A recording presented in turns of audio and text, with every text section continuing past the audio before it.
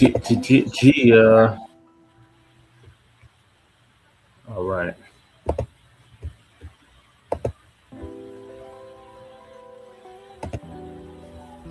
What's going on, everybody? It's your guy, Lonzo Star. You listen to the smooth tunes of Mr. Lonzo himself, man. If you ever need some instrumentals or some beats, I'm the guy to talk to. Okay. And that's what we're gonna do. So, without further ado, welcome everybody to Concrete Approved, where we highlight some of the best and greatest talents around the world on this show. We get to figure out their origin stories, who they are, and why they became a supervillain. You know, so I'm here live with the infamous supervillain himself, Sebastian Jones. How you doing, man? How is it going? And good.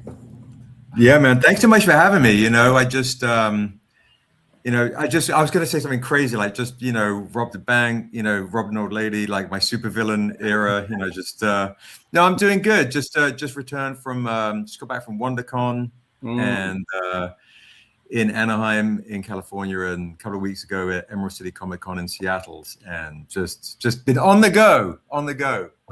Just very honored to be here, and yeah, thanks for thinking of me.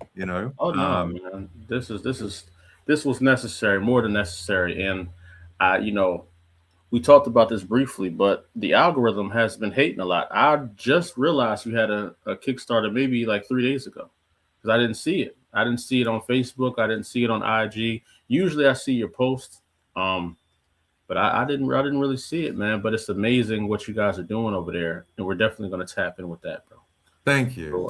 Yeah, it's been the most difficult Kickstarter in the sense of, as you know, doing kicks, that they have different ways to find you.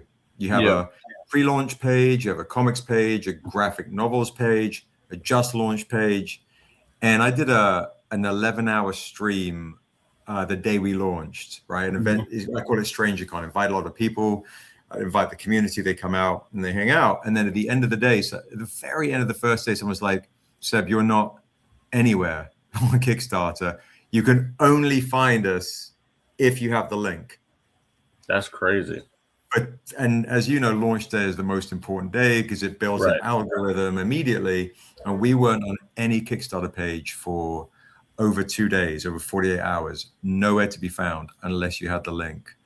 So it's been scrambling to get people to just go, hey, can you just put $1 on to help keep the algorithm up now that we're live? But I was with a buddy of mine yesterday, and he literally had already backed the Kickstarter on his phone. He couldn't find me anywhere, not even in backed projects. Like, so he wanted to go to his project. That crazy. And he's not the first person to tell me, like, he's like, dude, I saw him back it. He's like, look, I can't even find you in backed projects. That's how much things can be stacked against you. So yeah, it's an intense time.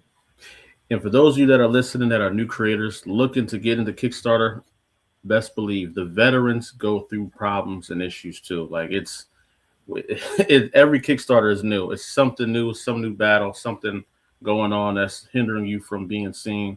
And that's just what it is. Thank you. And I'll pop the link down, guys, in the chat now and again. If you guys want to jump on, see it. We have an extended our freebie for the entire time. So if you jump on the Kickstarter, you'll get a freebie just for backing it. And the Kickstarter's a very beautiful one. This is the one we're doing actually for it. I'll show you real quick before you get into my villainous upbringing, right? So this is the new hardcover, like a beautiful. That is incredible, man. Thank you. How many pages is that? 400 pages. 400 pages of pure chaos, y'all. Okay, that's beautiful, man. That is beautiful. And we did a large screen you real quick, man. I'm sorry. Oh, thank you. No, you're fine. So, guys, what we do with Stranger Comics is we're known for beautiful hardcovers and even better storytelling because I wrote it. No, I'm joking. No, beautiful art, great stuff right here. This I wrote with the actress Tusa Better of the Woman King. That's her right down there. And I call this piece Dare to See Us. It's a reversible dust jacket where you've got the gold foil right up there in that image right there. And then you've got the Jay Lee reversible dust jacket right there. So if you're into beautiful hardcovers and you like fantasy, like Game of Thrones, Lord of the Rings, but you want to see something a little bit more culturally inclusive with D&D material, arts, all sorts of amazing art, like crazy homages, like, I don't know, like homages ranging from The Woo to First Appearance, right? So there you go. That looked like some Cannon White artist. That Cannon White that did that? It is, yeah. Well spotted. Yeah, he actually Cannon is the man. He did this one right here. He actually illustrated the whole issue of this one right here. Hold on. I gotta maximize the screen again. There we go. Oh yeah. Look at that, man. Yeah, he's fantastic. That's gorgeous right there. Yeah. So yeah, great stuff. Anyway, so yeah. No, I'm definitely gonna dive into that Kickstarter. I got a whole segment just for that. Okay, so that's perfect, man. So as we jump into this interview, man, I got to start the question here. Sure. We all got one, right? So what is your origin story? Where are you from? How did you start off into this journey of making comics, and how did you become who you are? Thank you. Yeah. So originally I'm from England. If you can tell by the accent, I moved to America when I was 18 by myself, like a maniac. That's crazy. I started creating these worlds when I was about 13. I think it was a pivotal moment in my life where I was discovering really getting into comic books, really getting into Dungeons and Dragons, discovering, I'm 52, so I was into late 80s hip hop, like Public Enemy was hitting around that time in a big way. And then as I kind of grew into like the Native Tongues, De La Soul, Tribe Called Quest, so I was really into music, discovering, reading the autobiography of Malcolm X and Lord of the Rings at the same time. And I think just all these worlds just kind of collided in my formative years, and around that time when I was young, I started creating this fantasy world. I was mixed, growing up in a very kind of small, kind of white villagey kind of environment. And in the 80s, you get picked on, so you had to learn to fight, or a lot of folks I was in the boarding house for a little bit. Some folks run away. I mean, trying to commit, it was a very crazy time. So I think I would start to create these fantasy worlds that I could hide in a little bit. And I could also see myself within. And I created this character, Niobe, who could take on my vulnerabilities, maybe some of my insecurities, but also my wrath and my vengeance and my anger. And as I grew, she grew with me. And then I moved to America at 18, and I used to do a lot of acting and modeling when I was young and pretty, back in the days. And then I ran a record label from about the age of 20 till early 30s. And I put out historical jazz, blues, old soul, stanky funk, break beats, you name it. So if you like James, if you're a hip hop head from the 90s, I probably had a lot of the original music where the cats were sampled, So I was very, very big into the music scene. Thanks. Yeah, that's why if you guys have seen them, you probably have seen some of our hip hop homage covers, the famous ones we have. Actually, I think Chrissy just brought one out, like this, like our Tribe Called Quest homage right there. I was just blasting that album because I was just studying like old Tribe, because I'm about to start a hip hop podcast, so I've been kind of really going into the archives and listening to things that I remember as a child, but understanding it from my adult ears now, and really leaning in. It's actually amazing that you said, I didn't know that you were into music, but it all makes sense because I peeped game with the way you move, the way you market and promote is very similar to the music industry, because that's what I use. That's why that's why I brand the way I brand. Because when I was doing music and rapping, I remember the first time I came out, I had bought my whole neighborhood a bunch of Konkrete Music shirts, and I told them I'm shooting a video, and they all came out. And from that video, the whole city thought I was the man, because they're like, "Hey, he got all these people wearing shirts," but that was the marketing strategy. You know what I mean? Right. And just doing that. So it's really amazing hearing your story and how everything you've been through kind of blended into the story that you're telling. Do you remember the first comic book that you ever got? The first comic, I don't remember the first comic I ever got, but there are two comics that I remember reading super young that spoke to me more than that really just got me in. One was Black Panther, and Quiet down, Donnie. Sorry about that. Oh, you're fine. Black Panther, and one was The Incredible Hulk. And I think both kind of spoke to me in different ways with probably what I was going through as a very young kid. And feeling one, battling with insecurity and supreme confidence. And it kind of always seemed to kind of, the pendulum would always swing one way or the other, and then how to overcome fear, and then fear of other people, picking on you, prodding, and then fear of your own rage. And that really spoke to me a lot, because as a young chap, I was, my father was a pretty tough guy. And I think I was afraid of him thinking I was a coward. So then my dad told me, if somebody says anything to you, you don't wait, you just, do this. And right? Immediately. Don't even wait for conversation, and that was instilled in me very, very young. Like, I want to say, like, when you're in elementary school, like really young. Yeah. And then if you're not kind of built like that, but then there's something lurking within. So anyway, without going down that crazy rabbit hole, the Hulk really spoke to me, like, I'm really skinny. I'm a really nice guy. But then I had, a lot of rage as a young guy. So the Hulk spoke to me. But I do remember a fight, a Black Panther comic, where he was fighting some kind of robot type dude. I don't think it was the Claw, but it was something. And I was like, it just there was something that really moved me about that particular issue. And then a little bit later, I read This Man, This Monster, the Fantastic Four thing, and then I became an X-Men junkie. That was my move. A lot of us became X-Men junkies for sure. Yeah. I think they spoke to just reality a lot better than most comics did. Like, a lot of them, you could see yourself in those comics, and they did a great job at that, man. Really good job.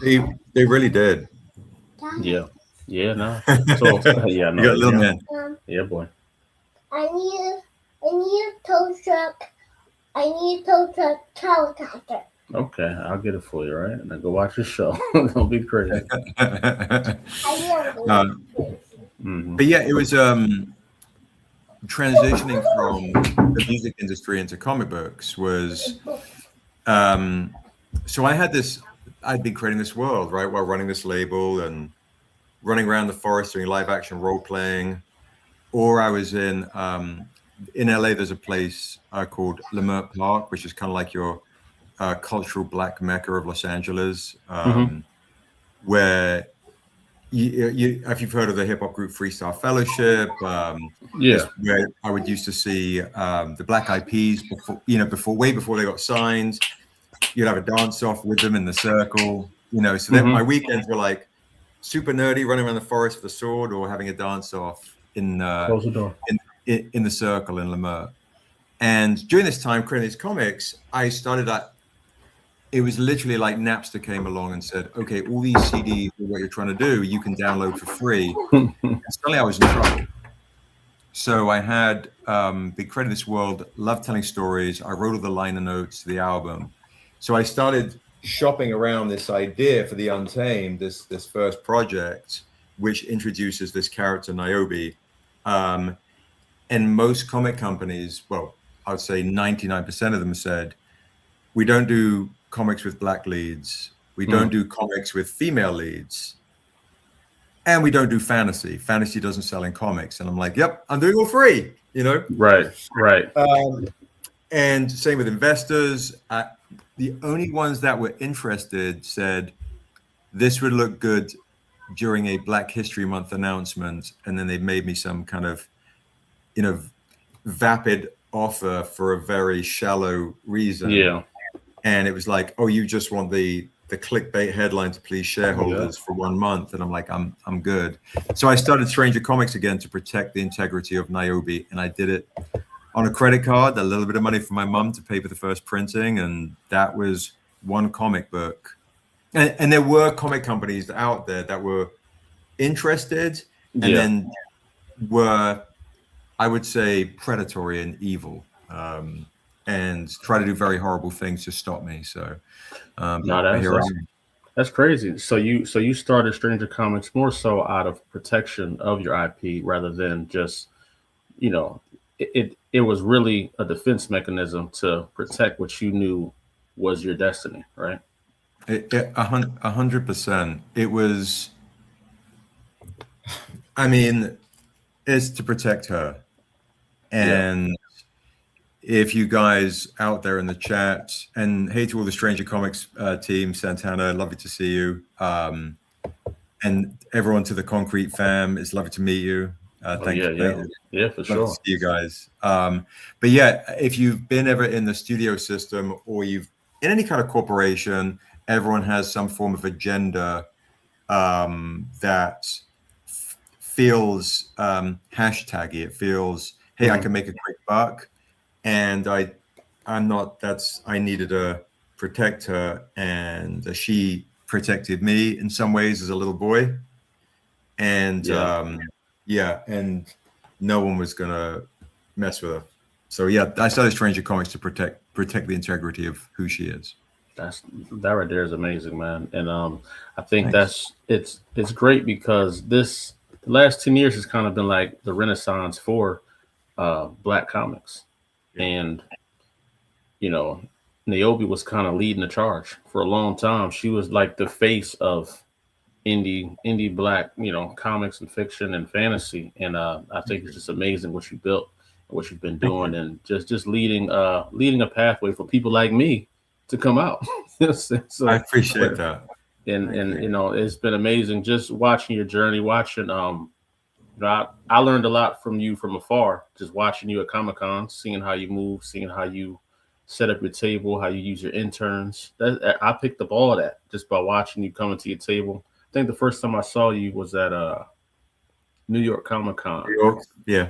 And it was before I had a table. I just went there really to see what it was like before I got into that world. And I remember you were your table was so dope to me because you were surrounded by the Marvels, DCs, and all these guys, and you still had a packed table. And I was like, I said, okay, I like that. I like that. Because being next to the big dogs can be intimidating, you know? Sure. And for you to have such a strong product that doesn't even matter. That right there was like the beacon for me to like, oh yeah, I'm going to stomp the game right here, you know? There you go. So yeah. Congrats to you, you know, congrats to you. That's a big deal. It's a big deal. Yeah, it's funny. Yeah, for sure. I just think, you know, we came out with Niobe. She is The Untamed, the first book in 2009. So we're in year 17. It's kind of crazy. And year 17 is wild. Year 17.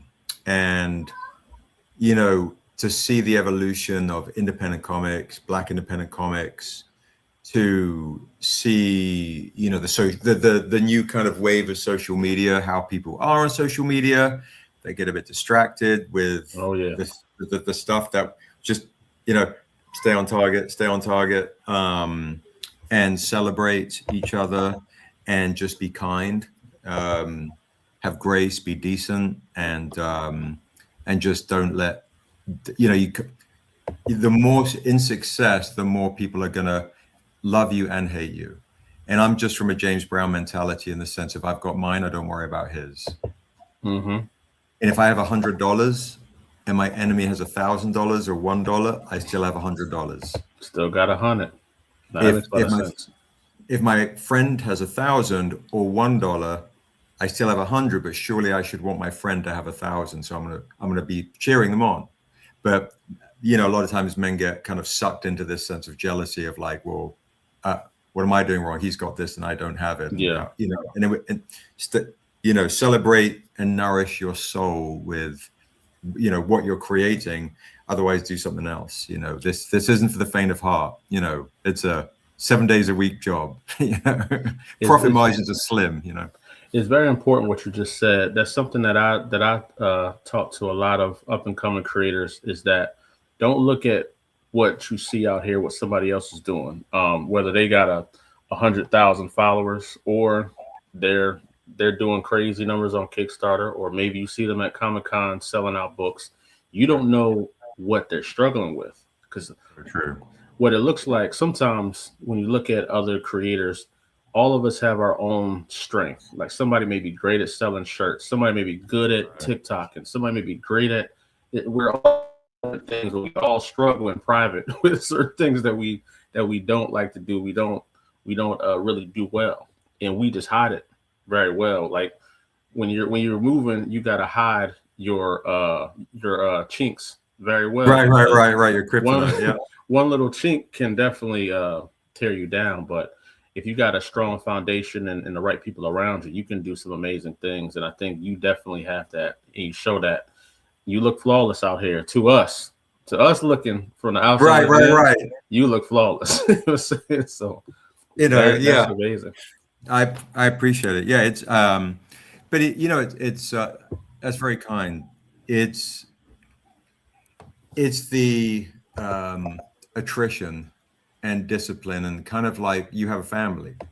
Mm-hmm. And I think like what it is to me when people go, what's the hardest thing about making comic books? And I'm like, time spent away from my family, but more so their time spent away from me, in the sense that I'm working on my dream, not chasing it, because I don't believe in chasing dreams. People, if someone ghosts me, they're dead to me, right? So you just work on your dream. You work on it. It is work. You're not waiting for inspiration. This is work. So there's no time for me to play. There's no time for me to deal with drama. Sometimes I see people talk so much crap about me online. I'm like, and people go, "Hey Seb, do you see this?" I'm like, what am I going to do with that? Yeah.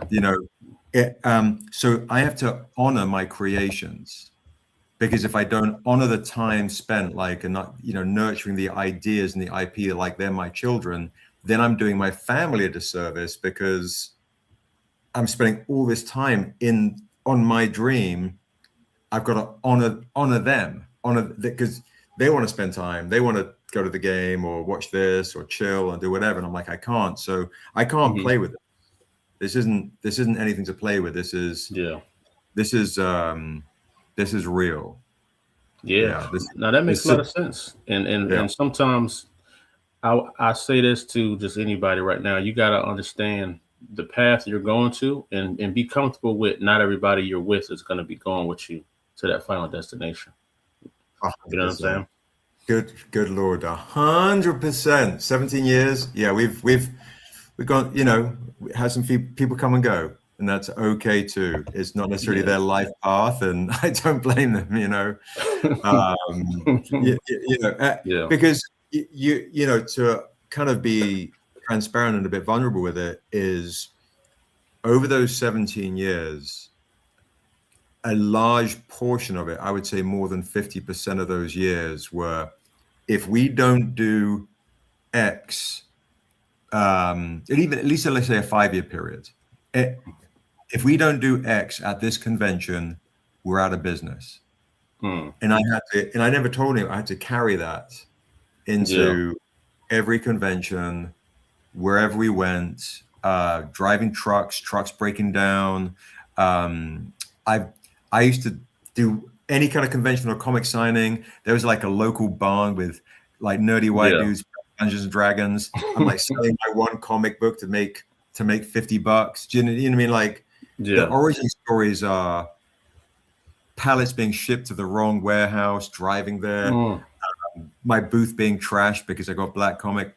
You're like turning up to my whole booth being trashed and then being told by the convention you have to get it ready or you're not going to be able to exhibit. And if I don't exhibit, I'm out of business. So there's a lot of savage realities when you're really trying to just sell your books and focus on the narrative and the storytelling and celebrating essentially celebrating 17 years of that. I'm not gonna lie, man, I'm gonna have you on for more just to hear some of these stories about, like, just because you were out there in a time when this wasn't a trendy genre, right? Yeah. It became kind of trendy. This trend, well, I wouldn't say the trend, the culture started elevating like around 2015. That's when more people from other walks of life started getting into nerdom, right? That's when, and a big part of it might be the MCU. Comic Cons were bringing actors out and they were getting bigger names into the Comic Cons, bringing people and from the general public into nerd conventions.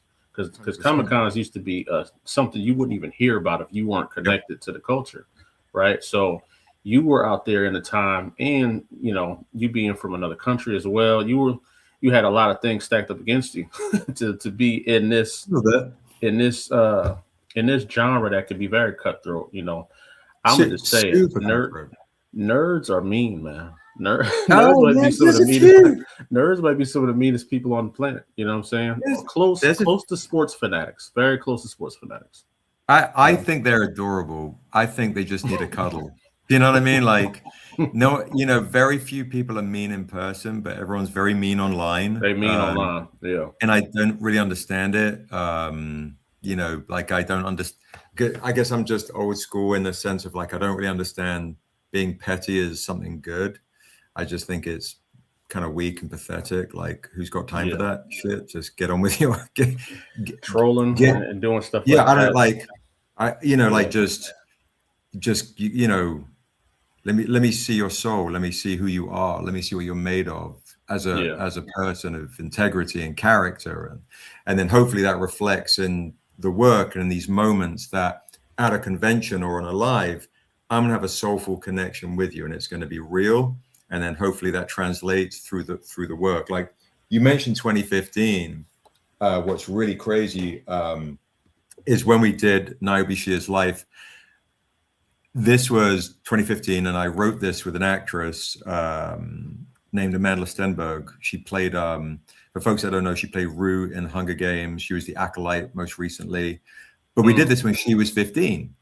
That's crazy. And yeah, really nutty. Well, I wanted to get a perspective of a young Black girl's, POV at that age of Niobe. I didn't want to seem so arrogant and aloof. I wanted to get to the source and be like, okay, what does it's been a minute since I've been 15, but I'm never gonna go out like, let's get to it. So Amanda, when she jumped on, it became the first nationally distributed comic book with a Black female author, artist, and hero in the history of entertainment. History, y'all. History no right idea. there, y'all. That's amazing, bro. That's amazing. As we're moving on, I did have a question for you. Yeah, sure. And if you can answer this, I'm gonna challenge you. Answer this in less than 1 minute. I want to know what you're gonna say on the spot, right? So out of everything you did, out of everything you could have done, you were heavy in the music game. Why comics?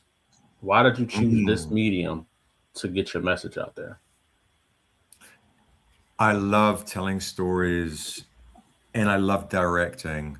The idea that I can direct a movie and choose the stills and condense that movie into the choose those moments, those beautiful cinematic moments to tell the story in the most raw form. And also, to me, comics are like jazz and hip hop, an American art form, which is as punk rock, hip hop, and fight the power as you can be. So no one can tell me what to do.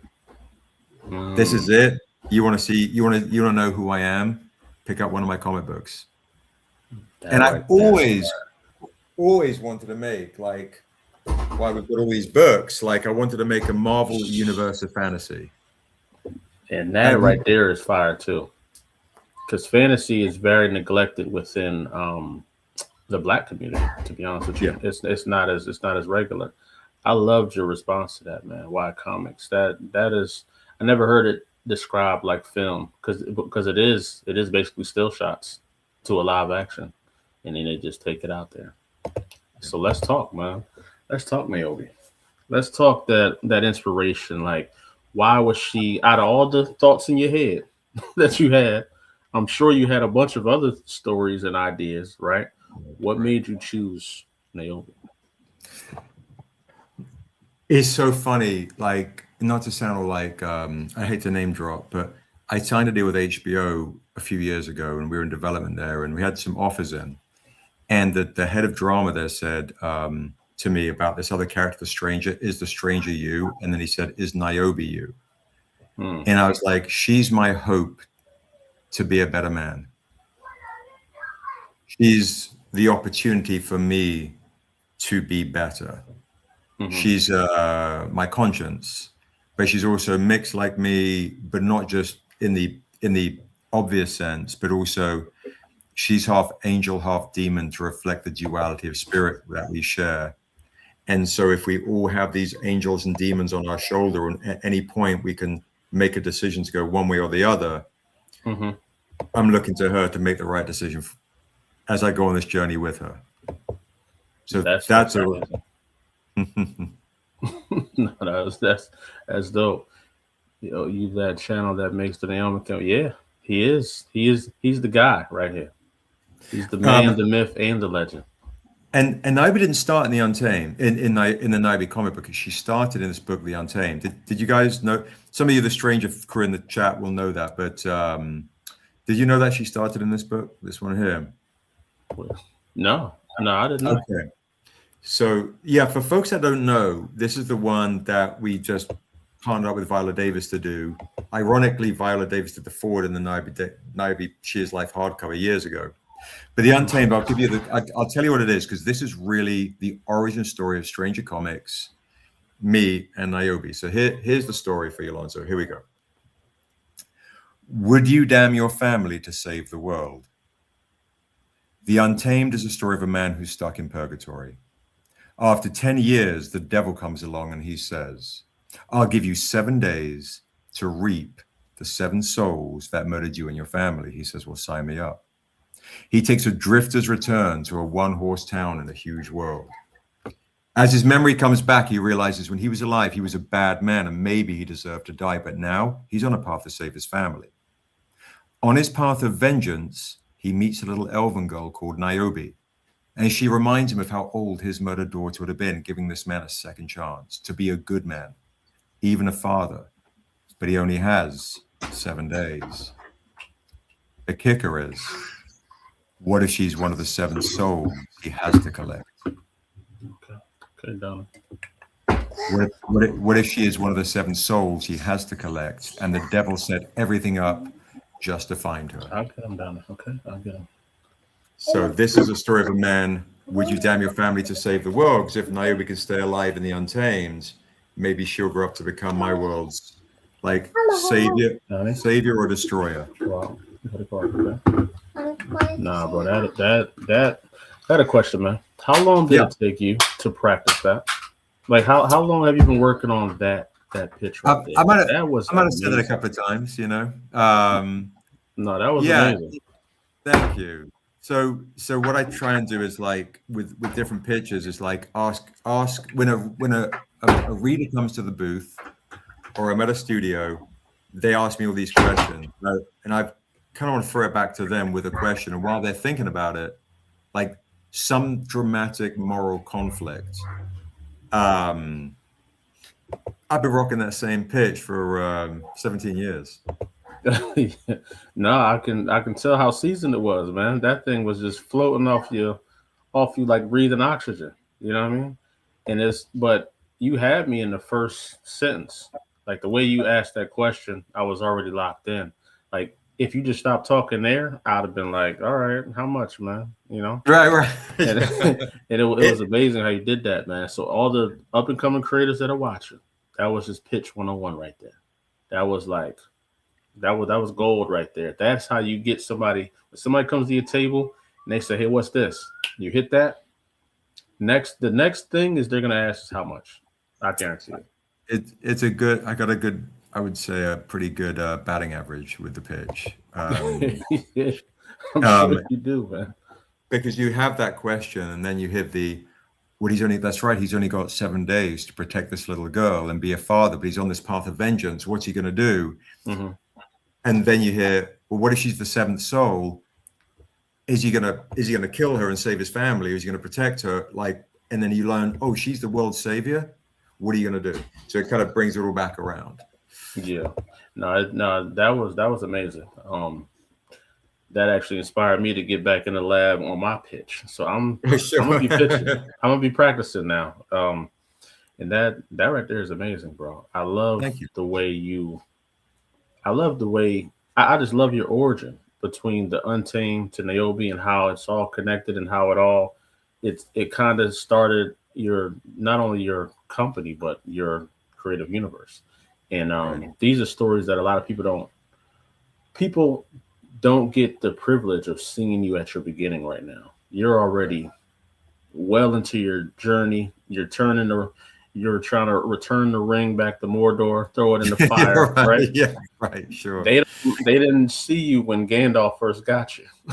They didn't see that part. So they're just seeing the journey. But I tell you what, you'd mentioned something earlier, is they don't see the struggle. You know, like we were at Emerald City Comic Con. It was like, oh, we could do that or Blurred Con. Love Blurred Con. Got a lot of great, my teammates were at Blurred Con. But if we don't do Emerald City Comic Con, we'll lose our booth placement. So I'm by Reed Pop, we do New York Comic Con. And I've been doing Emerald for 11 years solid. So I've built up a fan base there. Yeah. And they moved my booth. When I got there was a huge pillar in the middle of the booth. And, so it's just like, so we couldn't set up till like 5 or 6 in the evening. So we get to bed around midnight, 1 in the morning, then back 6 in the morning, finish setting up. And then you were on the grind for 4 days. And as many online as it seems, you're at a comic convention, 99% of people walking past the booth still haven't seen you. I'm still out there pitching, like, because I got to survive. Got to make that happen. You got to make it happen. Yeah. And it's amazing what you got to go through before those cons start. Like there's always something. You're a square card reader not connecting. It's just always something.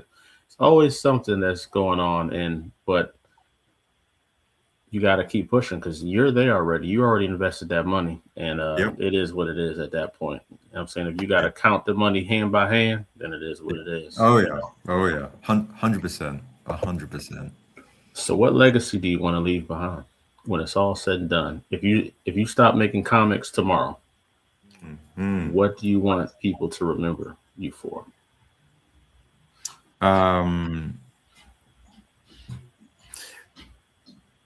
My God says to me is I don't want to be misunderstood. And it really kind of hit home. So I think that it's so interesting. That question is, I want people to find themselves within these characters. And hopefully that will maybe inspire or, uplift and challenge in different ways, challenge intention, challenge reading comprehension beyond quick, headlines. I want people to look beyond the obvious of the surface, right? Because that's a lot of times people go, oh my God, there was a studio that wanted to do, excuse me, the Niobe Shears Death book, this one, which is when Niobe becomes a bounty hunter hunting down sex traffickers and slave traders, right? And they were like, hey, we want to do this one. Black girl, you know, hear me roar, you know, great vengeance story, let's go. And I'm like, that's not happening. She hasn't grown up yet. You're not allowing a young black girl to grow. You know, you allow Harry Potter, so I want people to be able to find the nuance and the within the stories. My legacy, good Lord, is I just think it sounds probably kind of basic, like he was a good dude that did his best. It's just that's about it for me, for me personally. But the books, I really hope they help folks. Yeah, I don't know, but I think in 100 years, right, when some old librarian is downloading this book into their student's brain through some microchip that they got connected, and they just download it and say, check out this book from a guy from the 19th century. I think they're gonna see something different, man. I think they're gonna really dissect it, because look at how we dissect art from our past. You know, we add a lot of sauce to these guys. They might have just been just a regular dude, just creating like we are right now. But when you read somebody's work when they're not here, it says a lot about them and a lot about what they've done. So when they look at the content you made and they don't know who you are, they might not know what you look like or anything, but they just read it. They're like, man, this guy was ahead of his time. I guarantee it. I guarantee that's what they're gonna say. Just because of the quality, just everything you've done.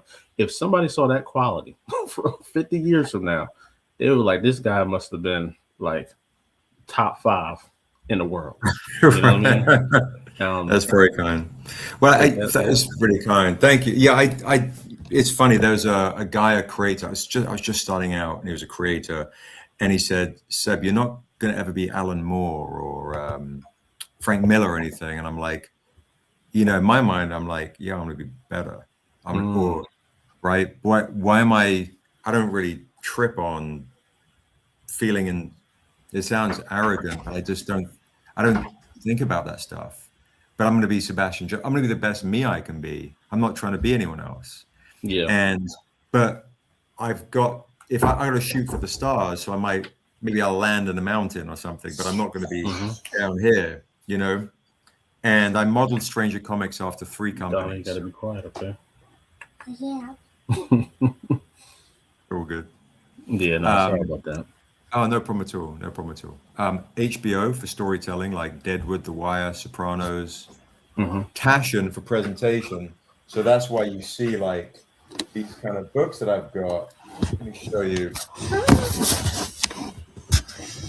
Like this here, for example. This is another like Duff Jacket edition. Oh my gosh, bro! These things are amazing. Look at that! Look at that quality, y'all. Look at just the detail in the design. Look at the open, and see that when you put art like that inside of a book that people may just skip over, that means that you care. That means that you truly care about the whole experience, about what you're trying to give people. You know what I mean? Absolutely. That's really Jesus, bro. That's amazing.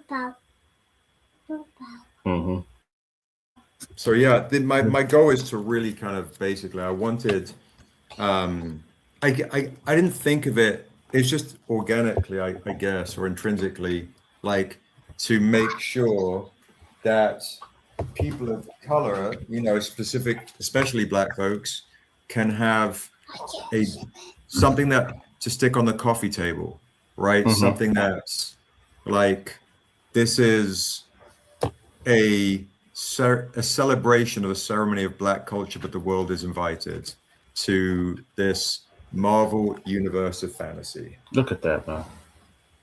Jesus. That's incredible. And I do have your I do want to talk about this because I know that you got to head out in like 2 minutes, right? So I Yeah, and definitely. you guys are some more than welcome to come, guys. If you're Oh yeah. part of it, Keep It Concrete. I'm going to be doing a live stream on my Stranger Comics channel, and you can come and hang out with the Stranger Comics crew in 7 minutes, Dougie Fresh, and I'll be on. I don't mind being, 5 minutes late because I want to make sure I honor my time with you, But Oh yeah. No, I totally appreciate that, man. But I know, your story is so vast, but I could ask you 1,000 questions, man. You know what I mean? And just keep going. So yeah, we do have if we didn't have this, my live stream, I'm more than happy to come back and oh have yeah, a longer convo for sure. we can definitely reschedule. Because there's so much that I want the audience to hear about you. Like there's a couple questions that I'm definitely passing through, but I'm gonna get to them. I'm gonna get to them for sure. So you got a Kickstarter that's live right now, man. You got 17 days to go, 417 backers, 90K. Y'all see that number right there, right? Y'all see that number. I know you don't see those numbers too often, but guess what? It is there. Um, And tell it's there people with about this. no help from Kickstarter, Yeah, yeah. no help whatsoever. So yeah, guys, this Kickstarter is the opportunity to get my giant omnibus. This giant omnibus, new comics. You can pick up trade paperbacks and all the things, right? So I'm blessed to have thank goodness, some backers that have been supporting me for a lot of years, and some folks that have deep pockets. Obviously, that's why the number is so high. But if you watch the live stream in 5 minutes, you'll get a glimpse into why or how we move and how we increase numbers and how we do well on Kickstarter. So if anyone is wants to kind of learn how to kind of get on Kickstarter, that's the anime teaser trailer we dropped as well. And if you saw that, but we dropped that I haven't on seen my that live yet. event. You haven't? Okay, yeah. I would definitely be playing this one for sure. I'm gonna share it to my stream as well, man. Dang. Please. It's a minute and a half. We produced it with a South African production company, all on my dime. It's like, and the tagline is, "A hero is not the chosen one. A hero chooses to be one." You know what, bro? I'm gonna play it right now, man. Is that okay? Play right now, yeah, for sure. Yeah, absolutely. Let's see what we looking like real quick. Crank up that volume. Is it playing? So, right.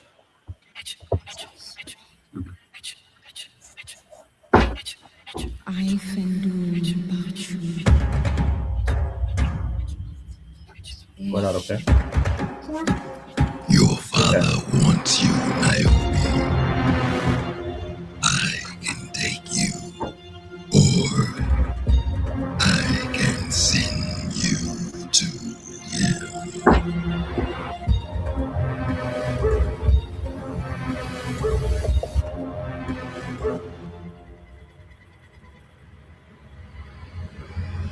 You are alone. I am never alone.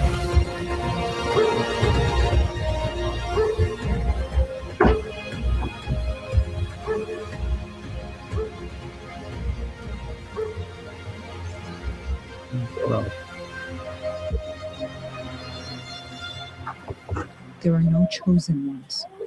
A hero chooses to be one.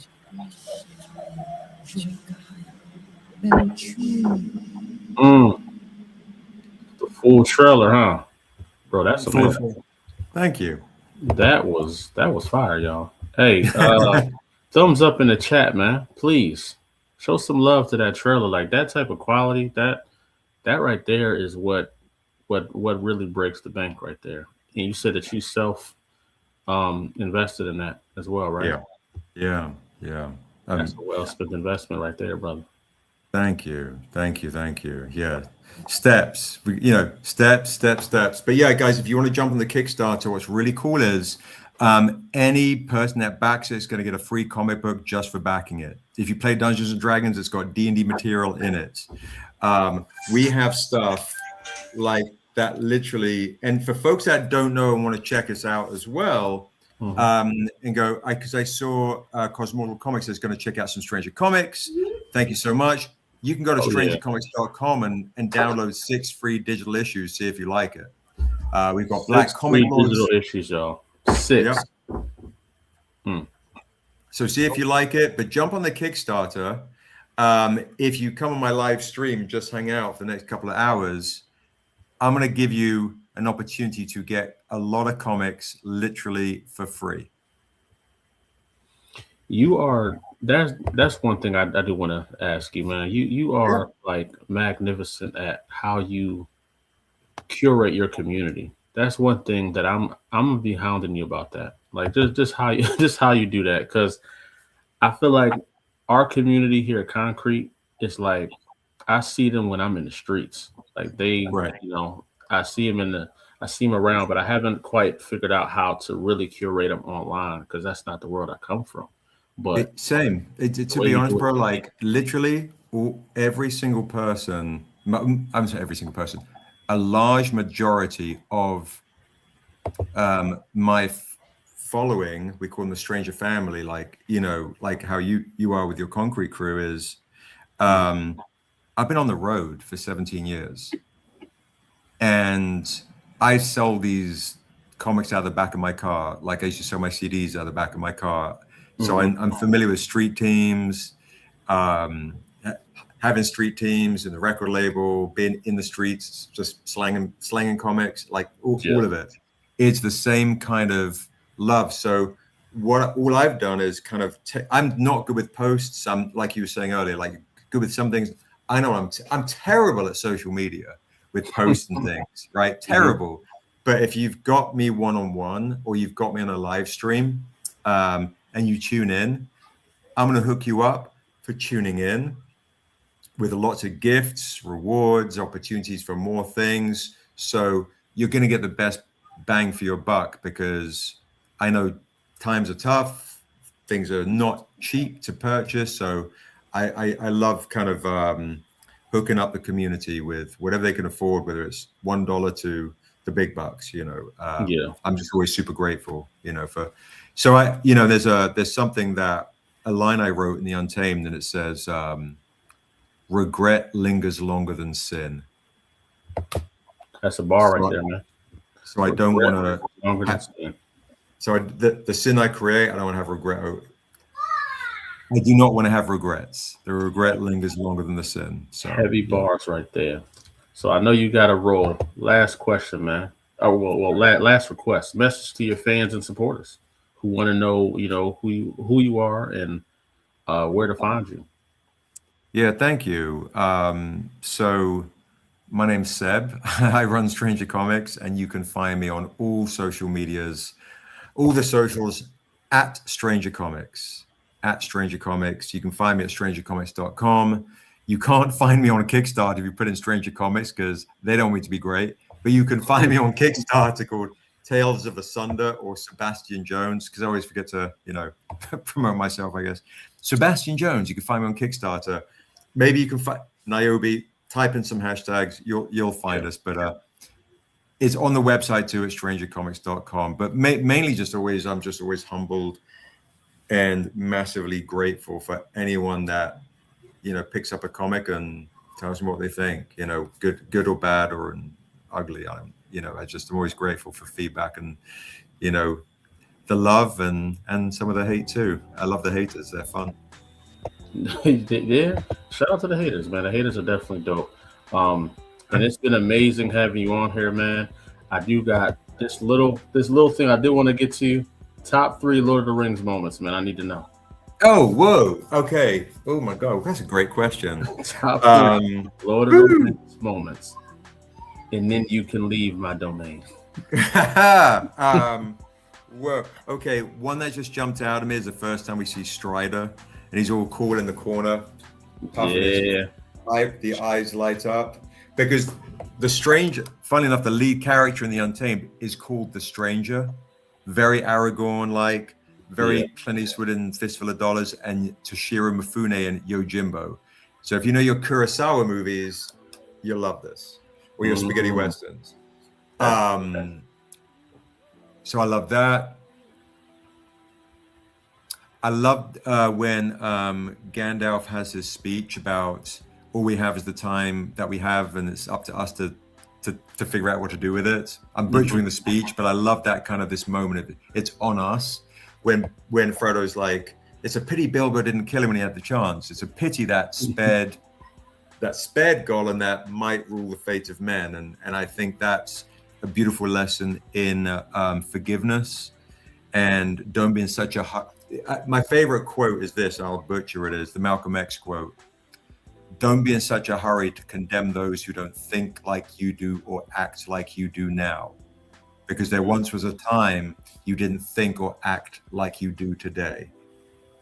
And I think the savagery of social media is like, we're so like such a hurry to condemn without looking at ourselves first. And if we can forgive ourselves for our own sin, then maybe we can forgive other folks as well, which, you know, I sound like all high and mighty and shit, but that's not, you know, that's just real to me. Like, you know, try, you know, and it's something I struggle with as a guy who is, you know, had a struggle as a youth learning how to forgive, you know. So that Gandalf was the move. Right here, it's the last one. Woo. It's a lot of moments, man. Yeah, a lot of moments. He said, "Ah, yes, they did used to call me Gandalf the Grey, didn't they?" Yeah, that's so good. Well, I'm Gandalf the White. Yeah, so good. I think I don't know if it's in the books. I don't remember, but the intro to Fellowship, I was like, "What is this?" You know. You know, I maybe we've got some sappy things in cool. And Sam going beyond the Shire, that like this is the furthest I've gone, it was charming. But the fight with the cave troll, you know. Oh yeah, the cave troll was glorious. The Aragorn, the Two Towers, yes, such a good one, Matthew. Yes, such a good one. I ain't gonna lie, you know what one of my favorite one is? When they were fighting for the two towers, and Gandalf told him, he said, "Look to the left on the third day." Oh yeah. When he showed up, he was at the top of that mountain, and it was all the other horsemen. I said, "See, that's that guy right there, man." He said, "We were gonna deal." He got out there. Yeah, for sure. Bro, this was amazing, bro. I definitely got to get you back on and talk more just about your origin story, man. It's an amazing, inspiring story, and I just appreciate you coming on and sharing it with the Konkrete Comics family and the Konkrete Approved podcast, man. I appreciate it, guys, and if you're a Stranger Crew, please support Konkrete. He's got a Kickstarter going. Always drop a few bucks on. Helps the algorithm. Helps people. It lets people know we have a voice. I keep forgetting to let you guys know as well.